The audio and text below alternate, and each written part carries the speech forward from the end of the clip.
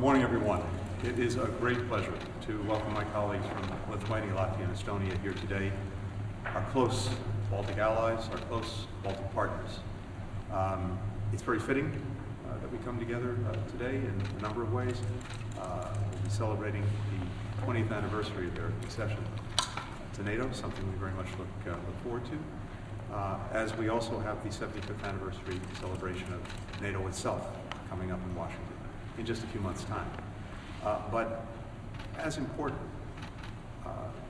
these three allies have been leaders in NATO, contributing significantly to their defense budgets, leading the way in NATO, and also leading the way in support for Ukraine at a time when that support is absolutely vital. And I think it's a recognition on the part of all three countries, as well as the United States, of what the stakes are when it comes to our support for Ukraine. Stakes that go beyond even Ukraine itself, and to the basic principle that people around the world and countries around the world deserve to chart their own futures, not have some other power try to do it for them. So it's with gratitude that we have our partners here. We have a lot of work to do together, both in terms of sustaining support for Ukraine, but also in continuing to plan out the future of the alliance that joins us together. An alliance that is now stronger and bigger than it was, and one that has a future over its next 75 years that will be as important as its first 75. So with that, let me turn it first, I think, to Gabrielius to get us started. Thank you so much. It's a great pleasure to be here, and really to use this opportunity to thank United States for decades of cooperation and decades of making Baltic states and Lithuania more safer and more secure. Today is also a date where we commemorate 75 years of sad history, because 75 years ago, the Soviet Union started their mass deportations from the Baltic states, where tens of thousands, even hundreds of thousands of our compatriots were deported to the wilderness of Siberia and had to spend their lives there. Many of them would not be able to return to their home countries. And this memory serves us and makes us better understand what we value today. The security, the safety, the prosperity that we managed to get through the decades, and also looking to the future so that it does not happen again. Not in our countries, not in other countries that are fighting for their security and their freedom today, such as Ukraine and Moldova looking for accession to EU, and Georgia that has been attacked in 2008. Thank you. Margus.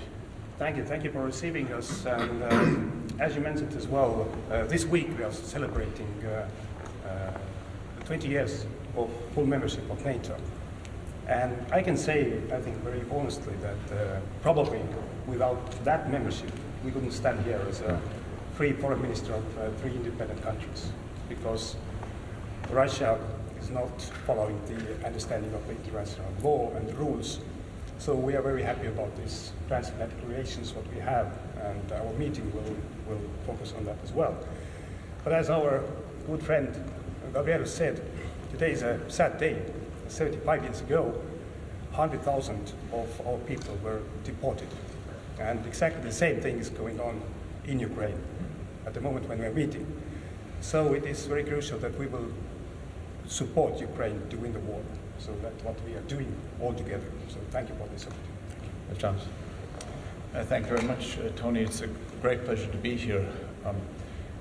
The United States, Latvia, and the Baltic countries were separated by very many kilometers, but we are deeply united in our basic values: freedom, democracy, the rule of law. And we see that our basic values that our societies share are being directly challenged around the world. Notably in our region, it's Russia's war of aggression against Ukraine. We're going into the third year. And it's up to us, with our combined efforts, with NATO's combined efforts, to stand up against that and to not only say this is bad, but to make sure that that evil does not have a chance to spread. Deterrence, a long-term strategy, also with dealing with an aggressive Russia. This is what we have to strive towards, and it's only by democracies and like-minded nations and societies working together that we can make the world a safer place. Thank you. Thanks, everyone. Thank you.